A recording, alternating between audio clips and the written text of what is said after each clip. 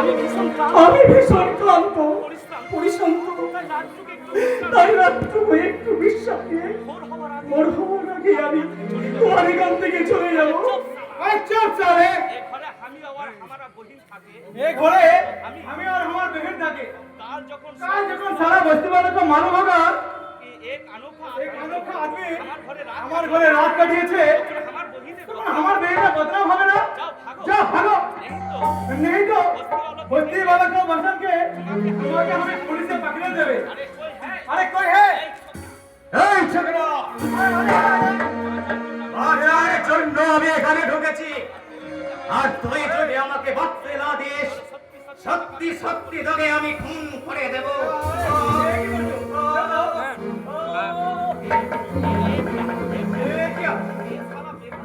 तो बेहोश हो गया। यही मौका साला का पुलिस आते पकड़े लेते হবে। आई बाप बिजली भी আসিয়া গেছে। এবার এই শালাকে আচ্ছা করে দেখে পহচান করে নিতে। দেখে ভালো করে। ये क्या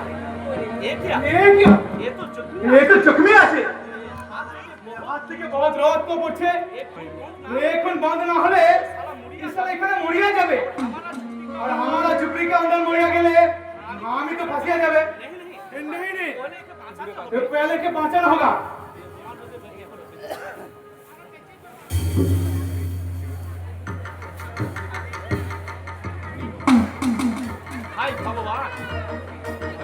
हाय भगवान, इसको तो पत्थर फटका আছে মালूम হচ্ছে। না করে भी चले গিয়েছিল। মালूम হচ্ছে कोई मुसीबत में फंसे गए, उसका ये हाल হয়েছে। আমি কোথায়? দেখি আমার এই ক্ষতস্থানে কে কাপড় বাঁধলো? আমি বহুত দূর ঝরছিল রে। এখন বন্ধ না হলে তুমি হয়তো মরিয়া যেতে। ভালোই তো হতো। এই জীবন যুদ্ধে পরাজিত এই মানুষটা হয়তো কোথাও বেওয়ারিশ লাশ হয়ে পড়ে এখন মরবে কেন দোল? ये दुनिया जान बचन के लिए बहुत कुछ बाकी है, लेकिन एक तो बात तुम्हारे हाथ जख्मी হলো কি করে? তুমি যে বলছিলে তুমি খুন করোনি, কিন্তু তোমার জেল হলো কি করে? শুনবে ভাই তুমি আমার এই জীবন যন্ত্রণার করুণ কাহিনী। হ্যাঁ আমি শুনবে। তোমাকে দেখে ভদ্র ঘর का आदमी मालूम হচ্ছে। হ্যাঁ দোস্ত বলে কিসের কাহিনী? তবে শোনো, আমার নাম রাহুল দত্ত। আজ থেকে 15 বছর আগে কোন এক অজ্ঞাত কারণে আমার বাবা নিরুদ্দেশ হয়ে যায়। তাতে আমার জীবনে কোনো ভাটা পড়েনি। মা উচ্চ শিক্ষিত করে ব্যারিস্টারি পড়ার জন্য বিয়েতে পাঠায়। বিয়েতে গেলেও সারাক্ষণ আমার মনে পড়ে থাকতো আমার সেই মনের মানবী গায়ের মেয়ে কাকনের দিকে। তাই তো আমি সেই আমার কাকনকে দিয়ে আমার জীবন কাহিনী শুরু করলাম।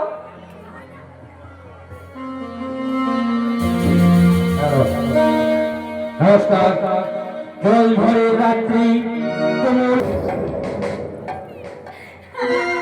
সবাই বলাবলি করছে আজ নাকি আমার রাহুল থেকে বাড়ি ফিরছে। সেই জন্যই তো আমি এই বলবৃক্ষের তলায় তার জন্য অপেক্ষা করছি। সে যখন বিদেশ গিয়েছিল তখন সে আমাকে বলেছিল যে প্রথম এসে আমাকে ও এখানেই দেখবে। সে যদি আমায় চিনতে না পারে তার জন্যই তো আমি এই ছবিখানা সঙ্গে করে নিয়ে এসেছি, তাকে মনে করিয়ে দেবো। তারপরে যদি চিনতে না পারে তখন আমি তাকে বলবো আজ 18 বছর পরে পুরনো দিঘির পাড়ে একা একা যাব। আজ 18 বছর পরে পুরনো দিঘির পাড়ে একা একা যাব।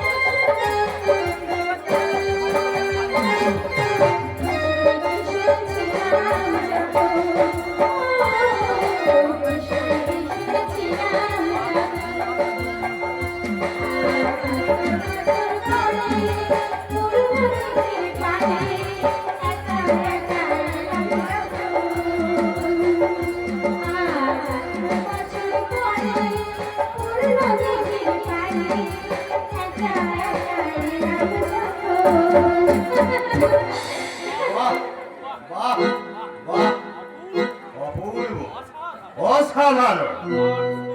তোমার গান শুনে মনে হচ্ছে এই অসময়ে বসন্ত এসে হাজির হয়ে গেছে। এই মরেছি বৈশাখের এই কাঠফাটা রোদ্দুরের মধ্যে আপনি বসন্ত খোঁজেন? আচ্ছা আপনি কি পাগল নাকি? ঠিক ধরেছে, তবে আমি যে সে পাগল নয়, একেবারে প্রেম পাগল। আর তুমি চাইলে তোমার এই প্রেমে। কি বলেন? আরে না না না না না না, আমি তেমন কিছু বলিনি। আমি অনেকক্ষণ ধরে তোমায় লক্ষ্য করছি। ওই কৃষ্ণচূড়ার তলায় তুমি একাই চক্র করে চলেছো। এই জানো, তুমি রায়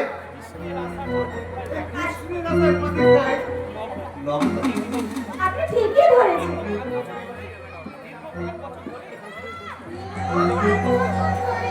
আমি আমার কৃষ্ণের আসার প্রতীক্ষার প্রহর গুনছি এবং আজই সেই প্রহর গোনার শেষ দিন। আজই আমার কৃষ্ণ আমার কাছে ফিরে আসছে। তোমার কৃষ্ণটি কে? সেটা সময় হলেই জানতে পারবেন। কিন্তু আমি যে আর সময় নষ্ট করতে চাই না সুন্দরী। আমি চাই আপাতত আমি নিজেই তোমার কৃষ্ণ হয়ে তোমার মনের কদম বলবো। আমি বিদায় করাই কি বলেন? তুমি রায় হয়ে ধরা দাও আমার বাবু দূরে, আমি কৃষ্ণ হয়ে রাখিব আমার সদাই গীত মাজারে।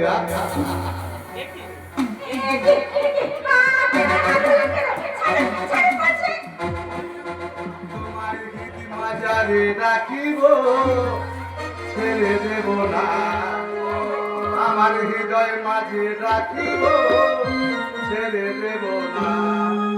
সোনার মন চলে আসতে পারবো না, সোনার মন চলে আসতে পারবো না। ছেড়ে দেব না, আমার গীত মাজারে রাখিব, ছেড়ে দেব না। আমার গীত মাজারে রাখিব, ছেড়ে দেব না।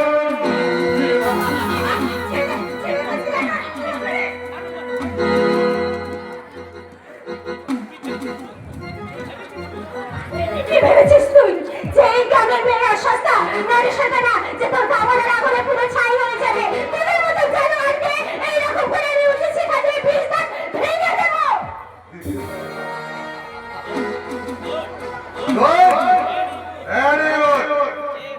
যে শিকার যত তোর পাই তাকে স্বীকার করা ততটাই মজা। আর আজ আমি শুধু স্বীকারই করবো না, তোর কমলার কথায় খোলাই করে কুচি কুচি করে আরো তোকে আমি ছেড়ে দিতে পারবো।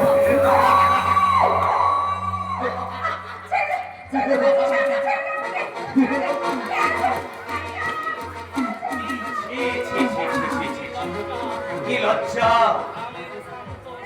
এই গ্রামের শান্ত সরল পবিত্র পরিবেশটাকে যে এখন ওই শহরের অসভ্যতার কদর্য কালচার একটু একটু করে গ্রাস করে চলেছে, এটা তারই জ্বলন্ত উদাহরণ। কিন্তু না, এই গ্রামের মেয়েদেরকেই আমি কখনোই ওই শহরের জানোয়ারদের লালসার শিকার হতে দেব না। তাই আমি তীব্র প্রতিবাদ করে বলছি, এই রাস্কেল, এই গায়ের মাটিতে দাঁড়িয়ে গায়ের মেয়েকে অসম্মান করার সাহস পাওয়ার হাই হাই করে ছেড়ে দাও, ছেড়ে দাও বলছি, নইলে তোমার ওই হাত দুটো আমি ভেঙে মচড়ে দেব। আমার শিকারে ভাগ বসাতে হলে তোমাকে আমি একবারে। আপনি কি হলো, থমকে গেলেন কেন? আপনার বোধ হয় জানা নাই যে এই প্রতিহিংসার চেয়ে প্রতিবাদের হাতটা অনেক বড় শক্ত। ঠিকই বলেছেন। এতক্ষণ সেই প্রতিবাদ তুমি করছিলে। ও, আপনি প্রতিবাদ করছিলেন? তবে আর বলছি কি, যে আমি তো আপনাকে ওয়েলকাম জানাতে আনতে যাচ্ছিলাম। হ্যাঁ, কিন্তু এই মেয়েটা হঠাৎ আমার পথ কাটিয়ে আমাকে হোয়াটসঅ্যাপ কিন্তু আই মিন লাইনে মেয়েটা যা পরে আয়। মিস্টার লাহিড়ী! তারপর যেই আমি ওকে নিয়ে যাওয়ার চেষ্টা করলাম, বলতে আমাকে এইভাবে জড়িয়ে ধরে আমার কারবারে কেরোসিন ঢেলে দিতে চাইলো। ও, সেই সম্মান বাঁচাতে বোঝে ওই নষ্টা মেয়েটাকে আপনার কামনার কষাই খানায় কেটে কুচি কুচি করে লালসার মশলা মাখিয়ে চেটে পুটে খেতে চাইছিলেন, তাই না মিস্টার লাহিড়ী? না না, আপনি আমার ভুল বুঝছেন। ছাড়ো! নিজেকে অত চরিত্রবান সাজতে গিয়ে অন্যের চরিত্রকে ছোট করার চেষ্টা করবেন না মিস্টার লাহিড়ী। আর পুরো ঘটনাটা আমি নিজের চোখে দেখেছি। আপনি যদি আমার ম্যানেজার না হতেন তাহলে এক্ষুনি আমি আপনার গায়ের চামড়া তুলে নিতাম। Sorry, I am really sorry. আমার কাছে সরি চাইলে হবে না মিস্টার লাহিড়ী। যাকে অসম্মান করতে হাত উঠিয়েছিলেন তার কাছে হাত জোর করে বোন বলে ক্ষমা চেয়ে নিন। কি হলো, দাঁড়িয়ে আছেন যে? ক্ষমা চান বলছে। আমার ক্ষমা করো, আমার ভুল হয়ে গেছে। ঠিক আছে ঠিক আছে, আমি তোমায় ক্ষমা করলাম। দেখলেন মিস্টার লাহিড়ী, এরাই হলো গ্রাম বাংলার মমতাময়ী নারী। সর্বহারা সেজেও চোখের জলকে আড়াল করে ক্ষমা প্রার্থীকে ক্ষমা শুধু এরাই করতে পারে। ভাই আপনি এখন আসতে পারেন। কিন্তু আমি তো আপনাকে নিতে গাড়ি নিয়ে এসেছিলাম। আই মিন বাড়িতে সবাই আপনাকে বরণ করার জন্য বসে আছে। আমি কোন রাজ্য জয় করে আসিনি মিস্টার লাহিড়ী যে আমাকে বরণ করে ঘরে তুলতে হবে। আমি পায়ে হেঁটে বাড়িতে পৌঁছে যেতে পারবো। আপনি এবার আসুন। ওকে স্যার, আপনি না চাইলেও আমরা কিন্তু আপনাকে মোস্ট ওয়েলকাম জানাবো। ওয়েলকাম নয় মিস্টার দত্ত, আমি তোমার কারবারে কেরোসিন ঢেলে দেব। বাই না বাই, আমি তাহলে এখন আছি। মাত্র কয়েকটা বছর আমি গ্রামে নেই, তার মধ্যেই দেখছি গ্রামের বুকে অনেকগুলো আগাছা মাথা উঁচু করে দাঁড়িয়েছে। তাই এবার আমার ফার্স্ট টার্গেট ওইসব আগাছাগুলোকে সমূলে উপড়ে ফেলা। আপনাকে অনেক ধন্যবাদ বাবু। আপনি যদি ঠিক সময় না এসে পড়তেন তাহলে ওই শয়তানটা হয়তো এতক্ষণে আমার। কিন্তু তুমি এই ভট্টপুরে এই নির্জন কৃষ্ণচূড়ার তলায় একা একা কি করছো? আসলে আমার খুব কাছের মানুষটা আজ বিদেশ থেকে বাড়ি ফিরছে। 5 বছর আগে সে বিদেশে গেছে আর আমায় কথা দিয়েছিল সে যদি প্রথম ফিরবে এখানে আমাকে এই কৃষ্ণচূড়া তলার গাছে আমাকে দেখা করবে। সেই জন্যই তো আমি তার জন্য অপেক্ষা করছি। তা তোমার সেই কে কাছের মানুষ? আমার রাহুল দত্ত বিদেশ থেকে ব্যারিস্টারি পাশ করে আজই বাড়ি ফিরছে। ও মাই গড, আরে সে তো আমারই বন্ধু, আর সে তো অনেকক্ষণ আগে স্টেশন থেকে গাড়ি করে বাড়ি চলে গেছে। বাড়ি চলে গেছে? না না, তা কি করে হয়? সে যে আমাকে কথা দিয়েছিল। আরে বাবা, 5 বছর আগে দেওয়ার কথা সবার কি আর মনে থাকে? তাছাড়া সঙ্গে করে বিয়ে করা বেম্বু ছিল কিনা সেই জন্যই হয়তো। কি বললেন আপনি? আমার রাহুলদা বিয়ে করেছে? হ্যাঁ, তাই তো বললো। আহা, বিলেতে মেম্বো বলে কথা, দেখতে যেন একদম ডানা কাটা পুরি। আপনি চুপ করুন, আমার মানুষটা এতটা পাল্টে গেছে সেটা আমি ভাবতেও পারছি না। সে কি জানে না যে তার জন্য আমি 5টা বছর প্রতীক্ষা করে বসে আছি। সে আজ আমার সব আশা ব্যর্থ করে দিল। আরে কি মুশকিল, এতে কান্নার কি আছে? তোমার রাহুলদা যখন অন্য কাউকে বিয়ে করে নিয়েছে, তখন তুমিও না হয় অন্য কাউকে বিয়ে করে নাও। রাঘু বাবু না, মেয়েরা শুধু একজন থেকে মন দিতে পারে, আর আমার রাহুলদা ছাড়া আমি কাউকে আমার হৃদয়ে আর জায়গা দিতে পারবো না, কাউকে না। তো আমাদের ভালোবাসার সাথী ওই কৃষ্ণচূড়া গাছের তলায় আমি গলায় ফাঁসি লাগিয়ে আমি আত্মহত্যা করবো। আরে দাঁড়াও। আচ্ছা বোকা মেয়ে তো, আরে মরবে কেন? তুমিও না হয় বিয়ে করে নাও, আর তুমি চাইলে আমি তোমায় বিয়ে করে নেবো। আর তখন তোমার সম্মান বাঁচিয়েছিলাম, আর এখন তোমাকে বাঁচাতে আমি তোমায় বিয়ে করে নেবো। এসো আমার সঙ্গে।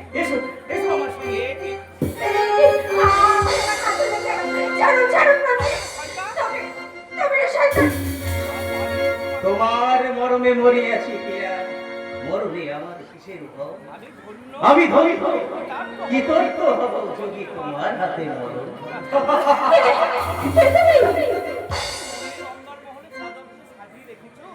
যাকে মনের অন্দর মহলে সযত্নে সাজিয়ে রেখেছো দীর্ঘ 5 বছরের প্রতিটা দিন, তাকে তুমি চিনতে পারলে না? আমার রাহুলদা,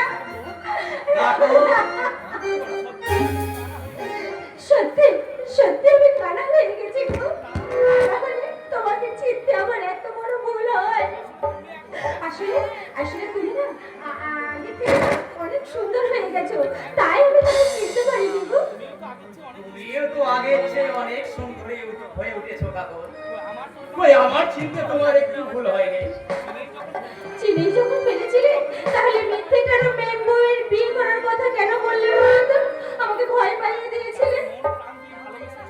যাকে মন প্রাণ দিয়ে ভালোবেসেছো তার প্রতি বা বিশ্বাস হারিয়ে তুমি আত্মহত্যা করতে যাচ্ছিলে কেন কাকর? তুমি কি জানো না তুমি আমার জীবনের শ্বাস প্রশ্বাস, তুমি আমার চলার পথে প্রেরণা। তুমি ছাড়া আমি অন্য কাউকে বিয়ে করবো এই কথা তোমার বিশ্বাস হয় কাকর? আমার ভুল হয়ে গেছে গো। তাহলে আমার কথা দাও, আমাকে ছেড়ে। কথা কি? আমি কথা দিলাম আর বলবো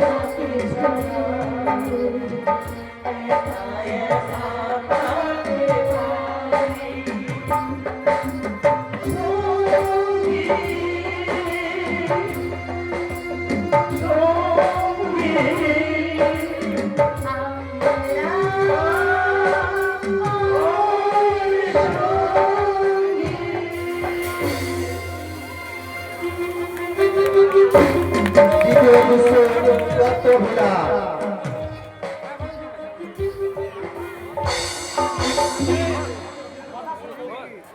একটা কথা শুনো বৌদি, আমার এই কথায় ছি ঠাকুর পছি, তোমার লজ্জা পাওয়া উচিত ছিল। নিজের কারখানার প্রোডাক্ট চুরি করে তুমি নিজেই বিক্রি করছো। তোমার দ্বারা বিরুদ্ধে সরে যাওয়ার পর আমি যদি এই বিজনেসের হালটা না ধরতাম, তাহলে এতদিন হয়তো তুমি এই সমস্ত প্রোডাক্ট গুলো বিক্রি করে দিতে, এই কারখানাটা বিক্রি করে দিতে।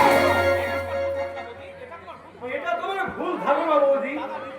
দাদা নির্দোষ আমার পথ, আমি বুকে রক্ত জল করে কারখানাটা আমি আগলিয়ে রেখেছি, অথচ তুমি আমাকে চুরির বদনাম দিয়ে। ঠাকুরপো, তো তুমি আমি মানছি আমি হয়তো কিছু একটা ভুল করেছি, মানে নিজের বিশেষ প্রয়োজনে সামান্য স্কুটার আমি তোমাকে না জানিয়ে আমি বিক্রি করে ফেলেছি। সেটা মাত্র দুই একবার নয়, তুমি তিনবার তুমি তিনবার ধরা পড়েছো। কিন্তু এতবার করে তোমাকে সতর্ক করা সত্ত্বেও তুমি নিজেকে পাল্টাতে পারোনি। আমার কাছে খবর আছে তুমি পরশু রাতে 5 লরি মাল বিক্রি করে দিয়েছো। কে বলেছে বৌদি? এ কথা কে বলেছে? আমি এ কি ম্যানেজার তুমি? যদিও বকরার চুরিটা আমি পকেটে পড়েছি, তো বিবেকের কাছে কথা আছে স্যার। যা নিমক খেয়েছি তার সাথে নিমক খারাপ করলে ঈশ্বরকেও ম্যানেজার ইচ্ছে করি আমি আপনার কারবারে কেরোসিন ফেলে দিলাম। ম্যানেজার আপনি যে 5 লরি মাল পাচার করেছেন সেটা আমি ফাঁস করে দিলাম।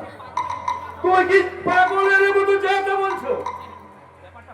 ব্যাপারটা প্রমাণ হয়ে গেছে, আমি দুজনেই যে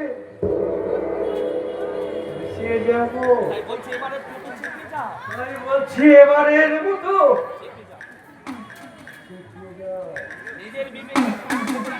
নিজের বিবেককে আমি চেপে রাখতে পারবো না স্যার। আমার বিবেক স্যার জেগে উঠেছে, তাই আমি সব সত্যকে ফাঁস করে দেবো। সব সত্যি মানে? দুঃখের কথা কি বলবো মাসিমা, আজ 15 বছর ধরে আপনি যে আপনার স্বামী নিজস্ব করে জানেন সেটা সম্পূর্ণ মিথ্যা মাসিমা। আসলে আপনার স্বামীকে খুন করা হয়েছে। না না না, তোমাকে বিশ্বাস করছি না। তুমি মিথ্যে বলতে, মিথ্যে মিথ্যে। আমি বিশ্বাস মিথ্যে নয় মাসিমা, মিথ্যে নয়, সব প্রমাণ আমি সংগ্রহ করে রেখেছি মাসিমা। ম্যানেজার, আপনার স্বামীকে প্রথমে কিডন্যাপ করা হয়, তারপর তাকে কুপিয়ে কুপিয়ে খুন করা হয়।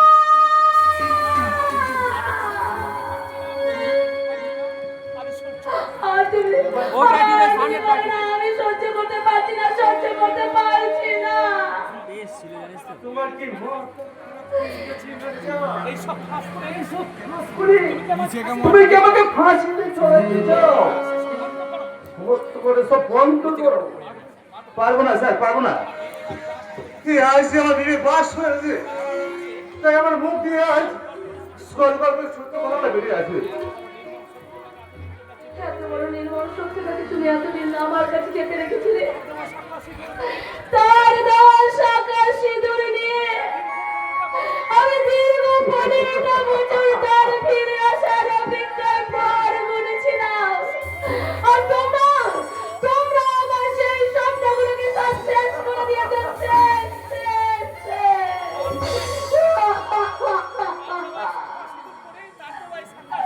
তার গায়ে চাকা সিঁদুর পড়ে না না না না, আমি তার আত্মার অমঙ্গল করতে পারবো না।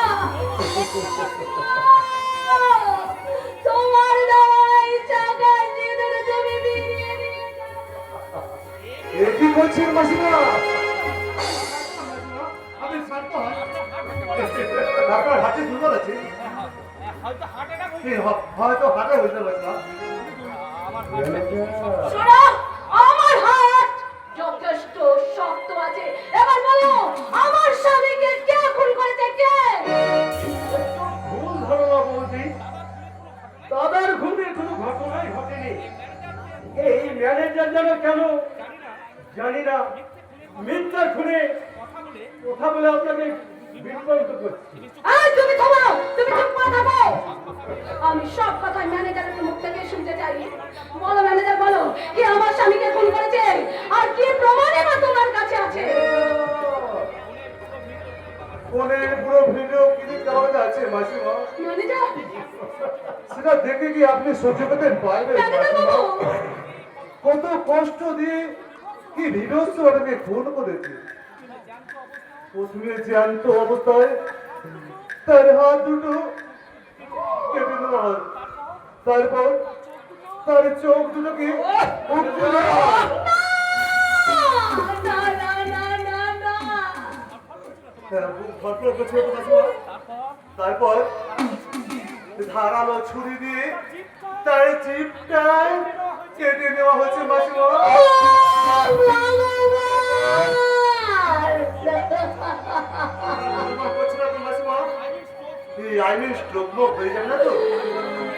তারপর মানে সর্বশেষে তার দেহটাকে কেটে টুকরো টুকরো করি আপনার এই ঘরচক্র বিবেচন এতে প্রস্তাব করে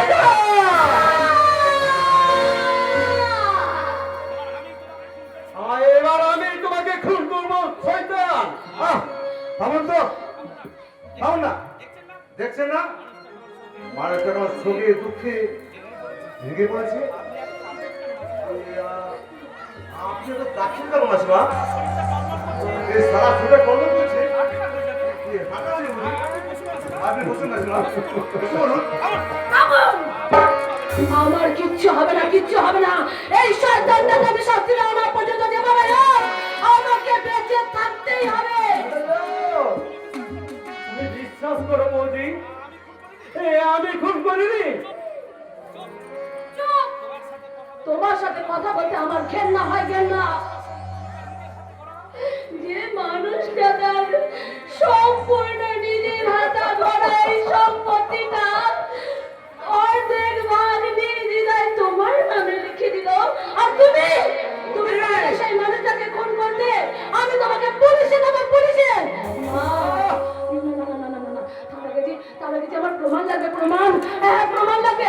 ম্যানেজার কোথায়? কই কই দাও আমাকে প্রমাণ, দাও প্রমাণ।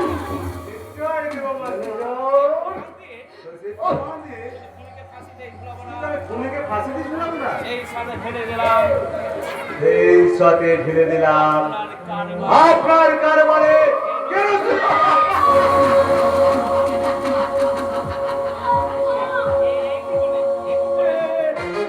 কি করলে ম্যানেজার? জল চাল তো মানুষকে তুমি খুন করে ফেললাম। এই খুনটা না করলে আপনার আমার দুজনের কোমরে সন্ধি পড়িয়ে যেত। উনি যদি করবে তাহলে দাদার কথাটা কেন বললে? ভেবেছিলাম আজকাল স্বামীর খবরটা পেয়ে বুড়িটা এমনই মারা যাবে, তাকে যদি বুড়িটা দেখছি হাত বড় শক্ত, আরে সালা মরবি কি, ও সালা মারার জন্য পেয়ে উঠেছিল, তাই বাধ্য হয়ে আমি হাতটা চালাই দিলাম। ম্যানেজার, হ্যাঁ, বুড়িটা এখন মরেছে তো। দেখো ম্যানেজার, দেখো। ও, দেখি এই বুড়িটা কারো শ্বাস হয়েছে, তার বুড়িটা এখনো বেঁচে আছে। দেখি ও বেঁচে উঠেছে, আমরাই তো দুজন মরে যাবো। যান স্যার যান।